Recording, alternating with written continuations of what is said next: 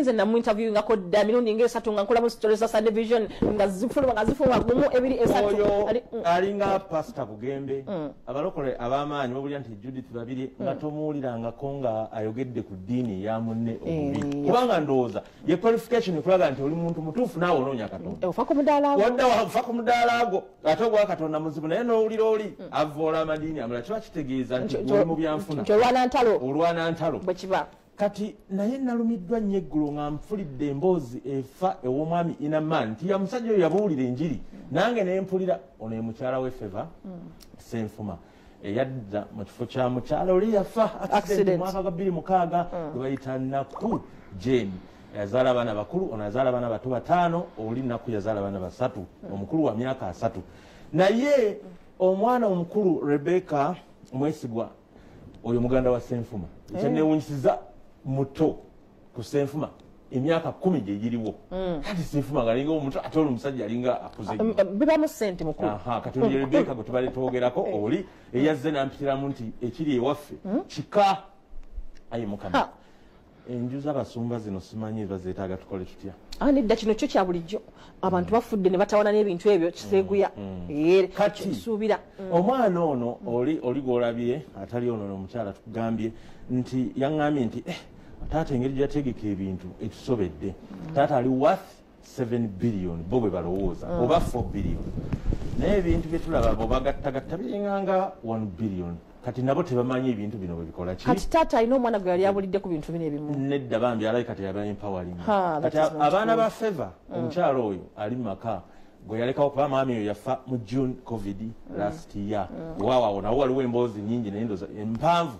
eyo naye tujja tugireka kati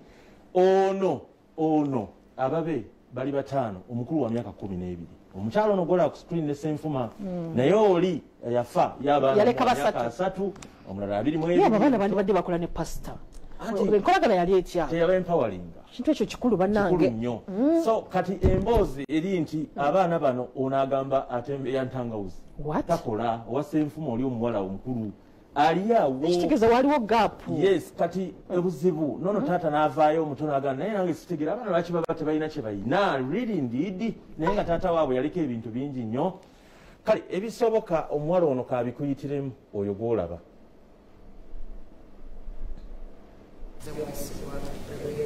Senfuma muwala wange Musumba Senfuma omukulu emyaka 28 mama wange yali Naku Senfuma ate ali waka ye mami Feva Esther Senfuma nsaba busabi bwenkanya na mazima mu bintu bya kitaffe kyaganye kitaffe amanyikiddwa yalinga ayogera emirundi mingi ng'alaga nti alina ebintu ebimala abaana be ne mukyala we naye essaawa eno ebintu bino birina engeri gye bitalabika kyanga muzeeyi afa tubadde nga tutuula mu meetings ez'enjawulo meetings zino nga zaagala kulambika ngeri bintu bino gye binaakola ki ebinaagabibwamu ne batunnyonnyola nti teyalekawo daame ebisayininge batugamba naye yalekawo draft eraga nti yali alina engeri gy'ayagala olambikamu ebintu however nga teyali sayininga awo tutandikire okujja nga tujja tulaba obutali bwenkanya ekiwandiiko ekyasooka kye tuyite draft kiraga nti ife abaana ba Naku Jane basatu maama omukulu tugabibwa eri ewa maama waffe wokka ekiwandiiko ekyo amaka gaali agamaama oyo gaali agamaama taata yali alese nga alina essomero essomero eryo ng'alinamu shares aliyita Steva Christian High School iri Nakaseke nga liraga nti abaana bagabiddeko 5 mpozi n'abalala be yali alabirira nga bakukyaki nga n'amaka agalina okugatta ffenna abaana 8 egabibwa mu Sika ettaka eryala liri luddawa liri Nakaseke kumpi ne Steva eddala liri Mawokota eddala liri Mpigi eddala liri Wakiso eddala liri mu bifo ebyenjawulo taata yafuba okulaba ng'agula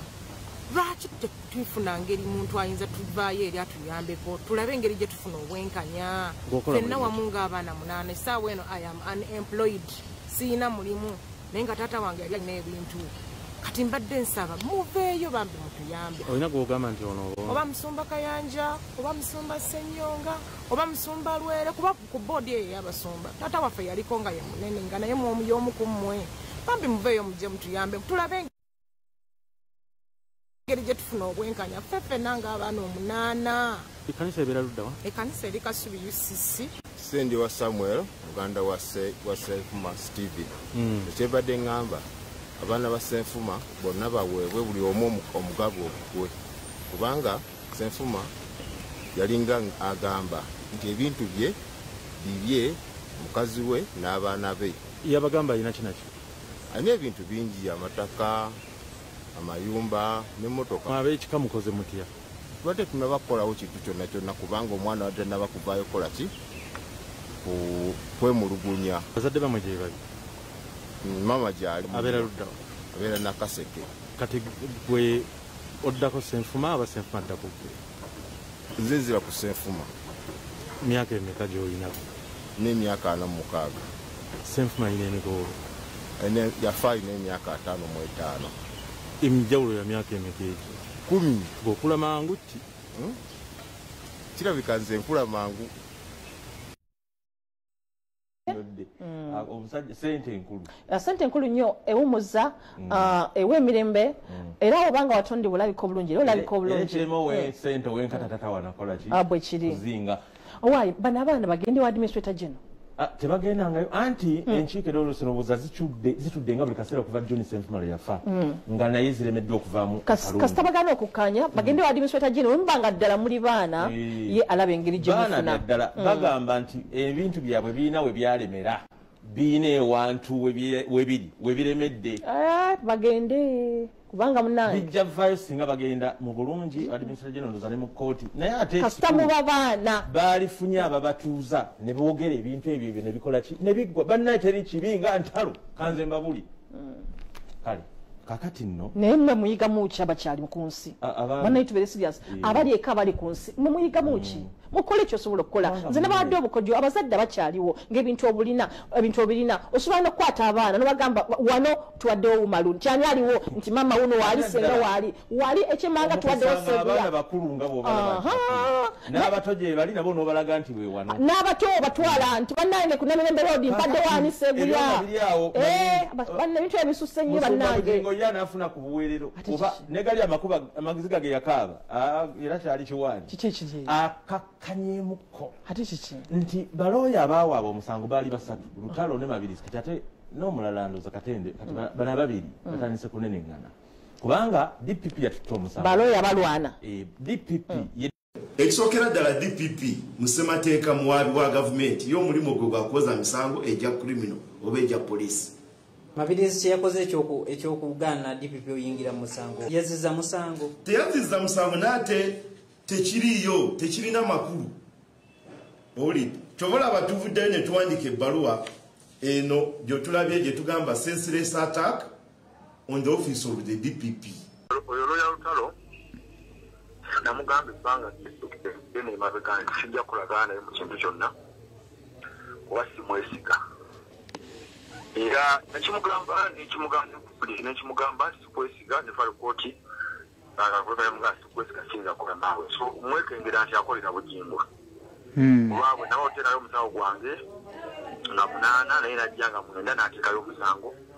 ngeri ekimpatira gyesaategeera kakati ye yamanyi nze nateekayo omusawo gwange nga gwange ye bw'aba awulira nga yakolagana gavumenti agende bakolagane ogwange ngambe tebajja kutwala